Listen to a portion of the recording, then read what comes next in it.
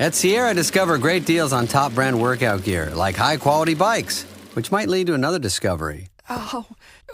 Getting back in the saddle isn't always comfortable. Good news is Sierra has massage guns. And chafe wipes, too. Discover top brands at unexpectedly low prices. Sierra, let's get moving. Talk to your specialist about Botox Cosmetic, Anabotulinum Toxin A, because Botox Cosmetic Day is back on November 20th. For one day only, buy one $50 gift card, get one free, while supplies last. It gets better because it's not just one day of celebration, but the whole month of November. Refer a friend to Ali, and you'll both get $50 off a Botox Cosmetic treatment. Plus, if you register and get treated during November 1st to 30th, you have the chance to win $10,000. For prescribing information and box warning, visit BotoxCosmetic.com or call 877-351-0300. No purchase necessary for sweepstakes entry. Treatment must occur by 12/6. For full official rules, offer terms and conditions, and to join Ali, visit BotoxCosmeticDay.com. Hello, everybody, and welcome back to ORD with me, your host and narrator, Greg Audino. It is another weekly bonus episode in which I share a previously aired episode from another show on our network that I think you would enjoy and take something from. So today we'll be hearing from Justin over on Optimal Living Daily, so sit back and relax for his commentary and narration as we optimize your life.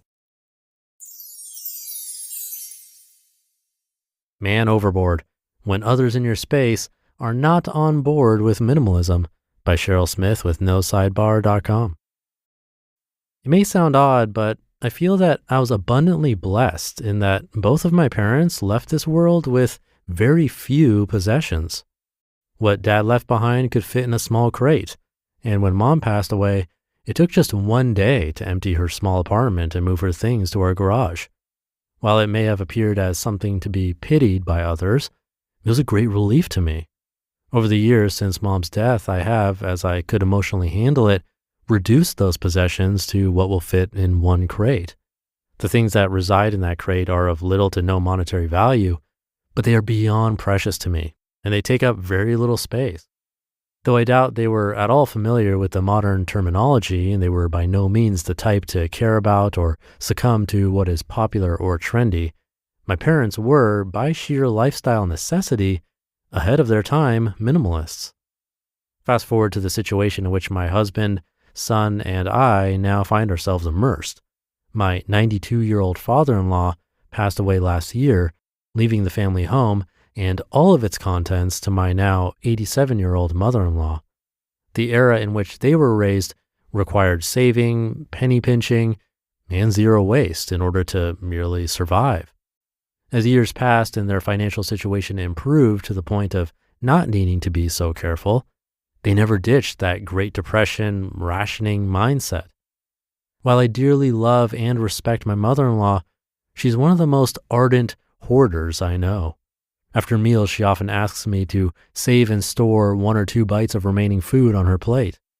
Nearly all the time, I end up throwing it out a few days later. Because we are abundantly blessed, there's a steady supply of food, and I'm continually cooking new meals.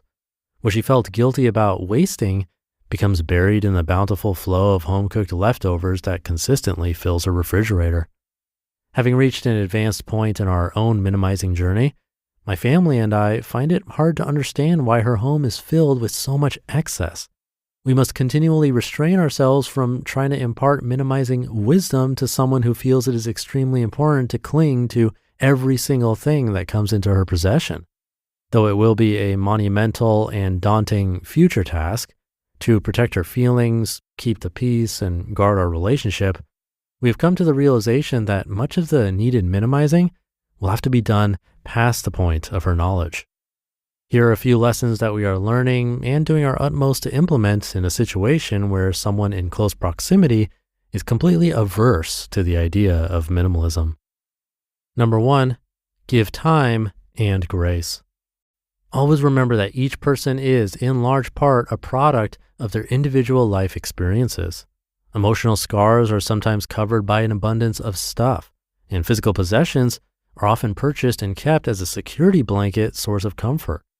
Forcing the issue and wrenching those things from someone before they are ready can do irreparable relational damage. Think about your own minimizing journey and how it would have felt if someone else were controlling the pace. Each one of us operates on a unique timetable, and this is not a race. Allow those in your living space to come to their own terms with excess and respect the fact that their decisions are their own. They may eventually come on board, but then again, they may never see the need. Consider the thought that they may be doing all they are humanly capable of, and just as you need grace from others, they need the same from you. Number 2, refuse the temptation to nag.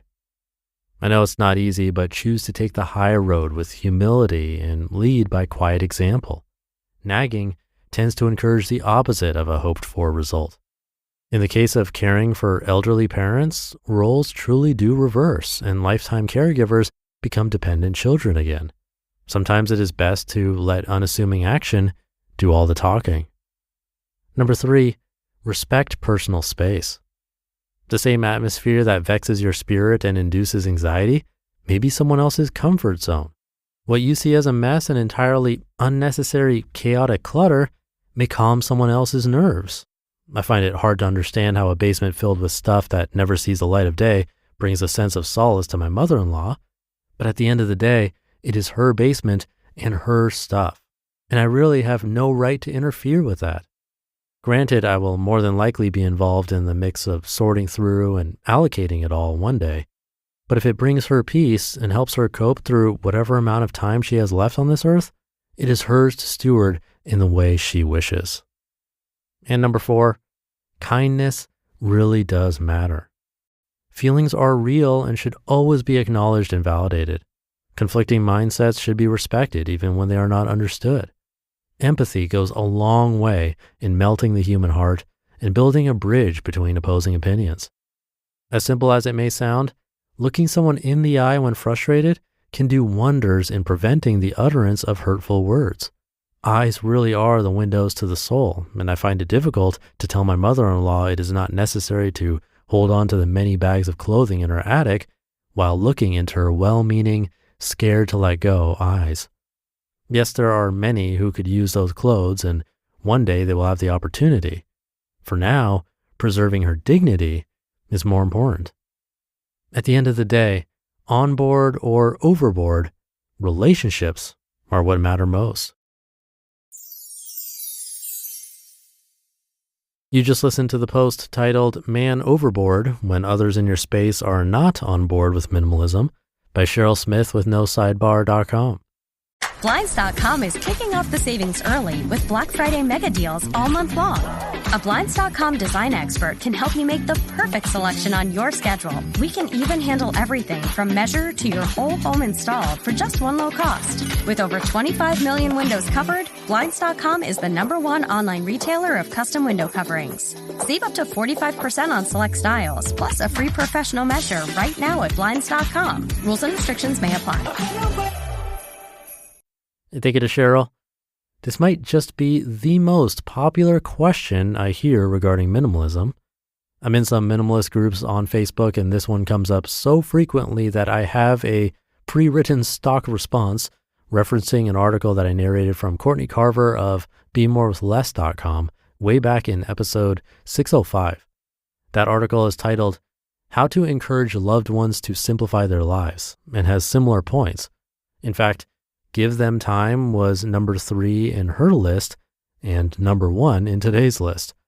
And there's more in common. You'll notice that there really aren't any tricks or shady tactics. No convincing, really, because with these types of things, nagging does not get us very far.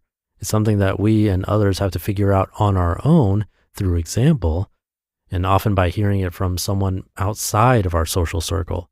So resist that temptation to lecture or force anything. It might have the opposite effect.